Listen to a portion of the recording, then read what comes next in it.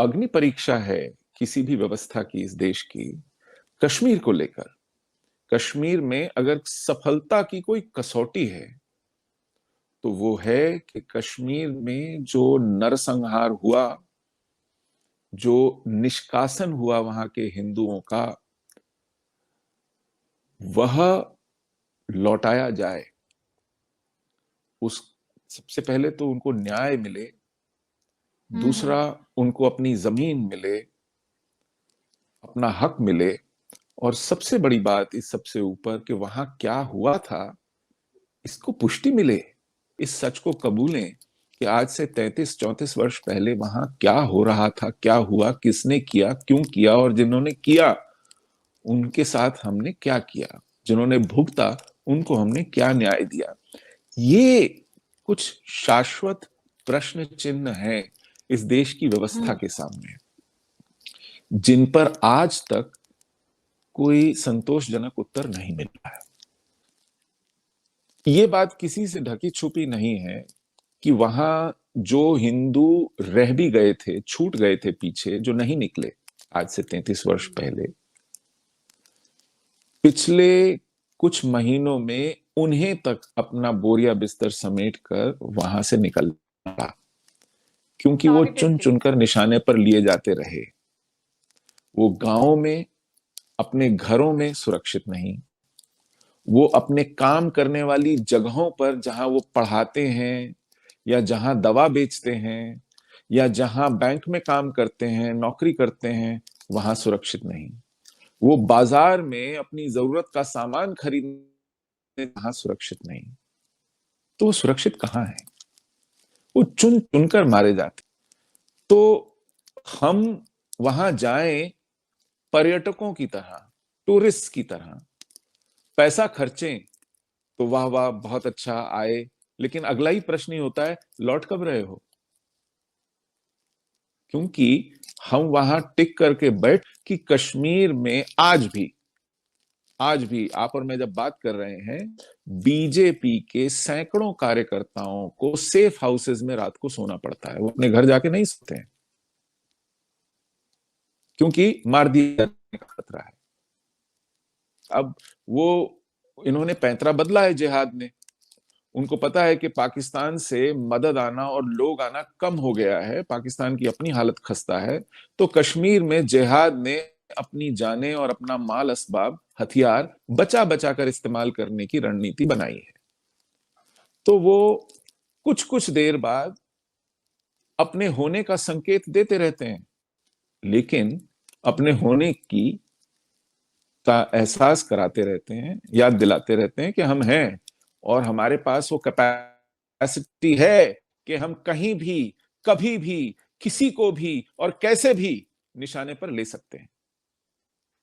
और ये इन्होंने हमें बार बार एहसास कराया है। लेकिन ये राजनीतिक इच्छा शक्ति कहां चली जाती है जब आपको ये मानना हो कि कश्मीर में जो हुआ एक वो नरसंहार था, वो हिंदू का सामुदायिक निष्कासन था, हिंसक निष्कासन था। ये करने पर वो इच्छा शक्ति कहां चली जाती है कि हमने आज तक ऐसे किसी हिंसक पाशविक आतंकी को, जिहादी को फांसी पे नहीं चढ़ाया है। आज तक फांसी पे चढ़ाना तो दूर कर उसका दोष सिद्ध नहीं किया है, उसको सजा नहीं सुनाई है आज तक एक को भी। आप देखिए, 2 पीढ़ियां जवान होकर के बड़ी हो गई हैं, जिनका कश्मीर से कोई वास्ता नहीं रहा। एक हम्म। पीढ़ी और निकल जाएगी तो कश्मीर जाने की ललक वाला, कश्मीरी बोलने वाला, कश्मीरी हिसाब किताब से जिंदगी जीने वाला बचेगा कौन? और फिर किसे ले जाएंगे वहां? और कोई हम्म। भी भूगोल का हिस्सा, कोई भी सीमा आपके देशभक्तों द्वारा अगर वहां पर नहीं है, तो आप उसको कब तक अपना कहेंगे? जो हम्म। बिना शर्तों के इस राष्ट्र को अपना राष्ट्र मानता है, अपनी पहचान मानता है, जिसका दिल हम्म। जीतने के लिए आपको उल्टा नहीं लटकना पड़ता, ऐसे व्यक्तियों के अभाव में आप किसी भूमि के टुकड़े को कब तक अपना कह पाएंगे? ये सवाल किसी के दिमाग में कौनता क्यों नहीं है? तो ये चिंता है। सनक की भेंट और कितने दशक चढ़ेंगे और उससे इस देश का क्या नुकसान होगा, ये एक बहुत बड़ा प्रश्न है। और अब क्योंकि इस आपदा में कुछ और पेच जुड़ रहे हैं, उससे खतरे बढ़ जाते हैं। कश्मीर में आज निवेश के लिए हम उन देशों को बुला रहे हैं जिन्होंने जीवन में कभी ओआईसी के अंदर बैठकर कश्मीर के विषय पर भारत की हिमायत नहीं की है। उन लोगों से कह रहे हैं कि आइए अब आप अपना सैकड़ों हजारों करोड़ रुपया कश्मीर में निवेश कीजिए। जिन देशों से हवाला के जरिए पैसे आया करते थे, कूद फांद कर कश्मीर पहुंचा जाया करता था, उनके लिए आपने लाल कालीन बिछा दिया है, राजमार्ग खोल दिए कि आइए आप अपनी बेस बनाइए, अपना नेटवर्क बनाइए, अपना निवेश कीजिए और यहां डट जाइए।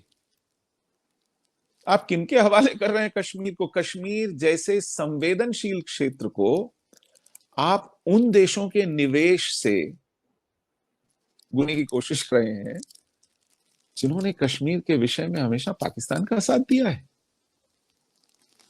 आप सोच सकते हैं क्या कि इजराइल कभी ईरान से कहेगा कि आइए हमारे वेस्ट बैंक में इन्वेस्ट कीजिए, हमारे गाजा में इन्वेस्ट कीजिए? कहेगा? ये मूर्खता की पराकाष्ठा नहीं है। ये जो एक स्ट्रेटेजिक व्यू होता है, विजन होता है किसी भी देश का अपनी सिक्योरिटी को लेकर के, एक संवेदनशीलता होती है, ये उसके प्रतिकूल नहीं जाता है कि आप सऊदी अरब, जहां से हजारों करोड़ रुपए देश भर में मस्जिदें बनाने के लिए कूद फांद के आता रहा, गैर कानूनी चैनल्स के थ्रू आता रहा,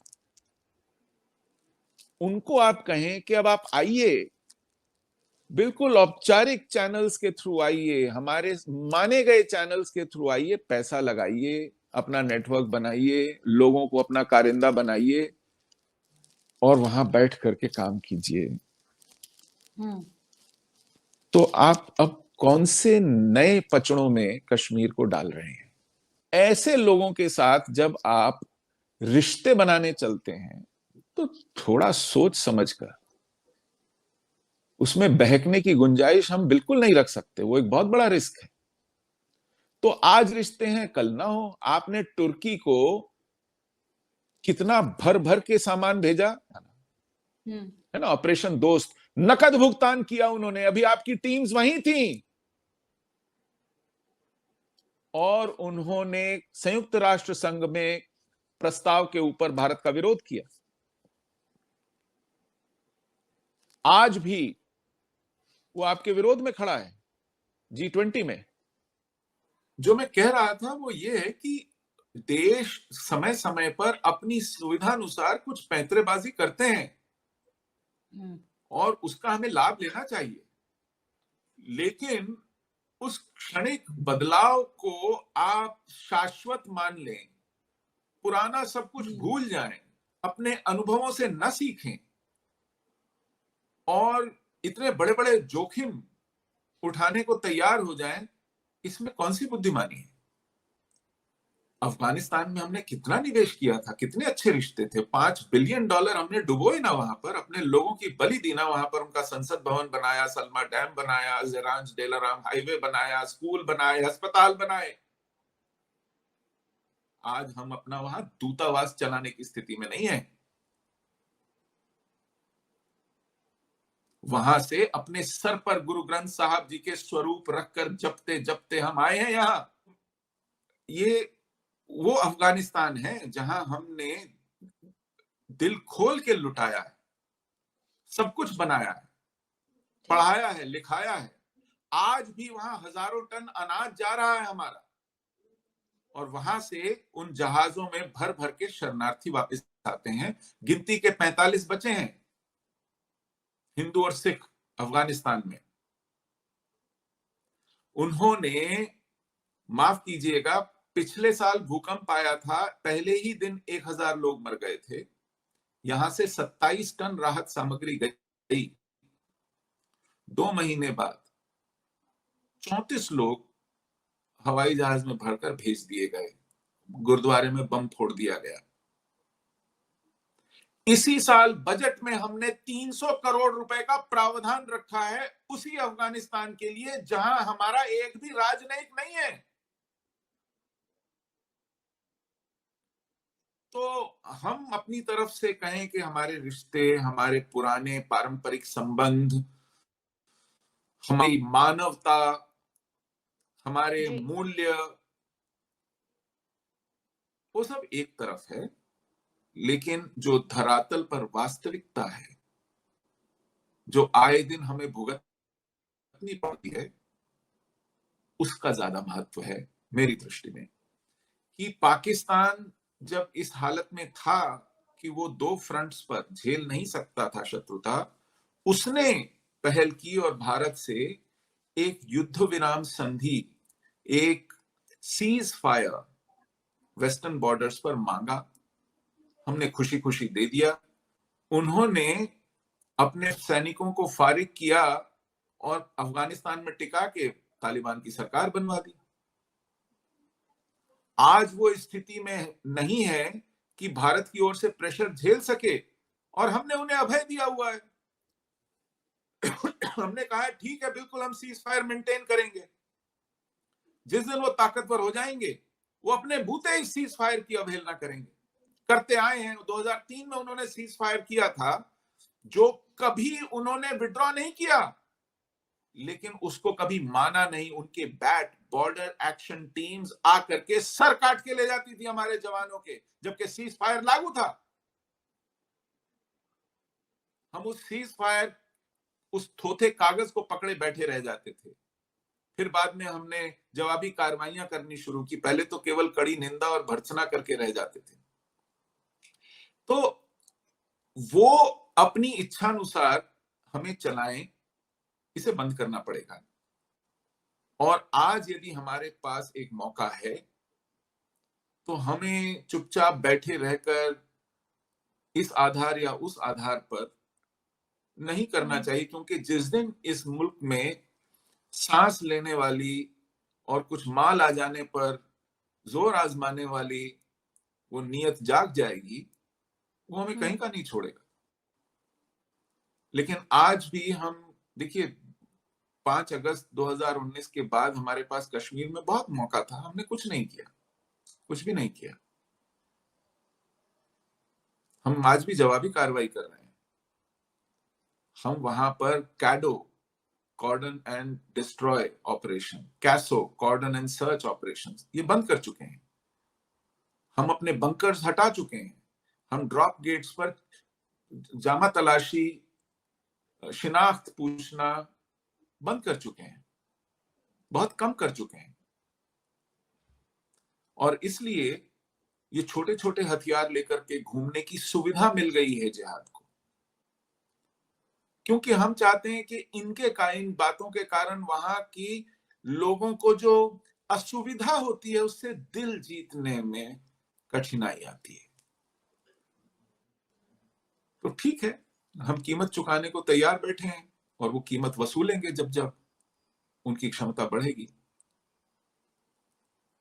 ये त्रासदी है। और ऐसे में हम किसी प्राथमिकता में नहीं है। इस समुदाय का वहां लौटना, इस समुदाय का न्याय पाना, इस समुदाय का यहां तक के पुष्टि पाना कि हुआ क्या था 33 वर्ष पहले। आज तक किसी सरकार ने व्हाइट पेपर तो नहीं जारी किया, कोई इंक्वायरी कमेटी नहीं बैठी। सुप्रीम कोर्ट ने हमारी याचिकाओं को बार बार खिड़की से बाहर फेंका। तो पता नहीं क्या मजबूरी है इस देश की कि अपने ही संविधान को, अपनी ही व्यवस्था को लागू करने में कितना बड़ा संकोच है। हम लोग भी धैर्य के साथ बैठे हैं,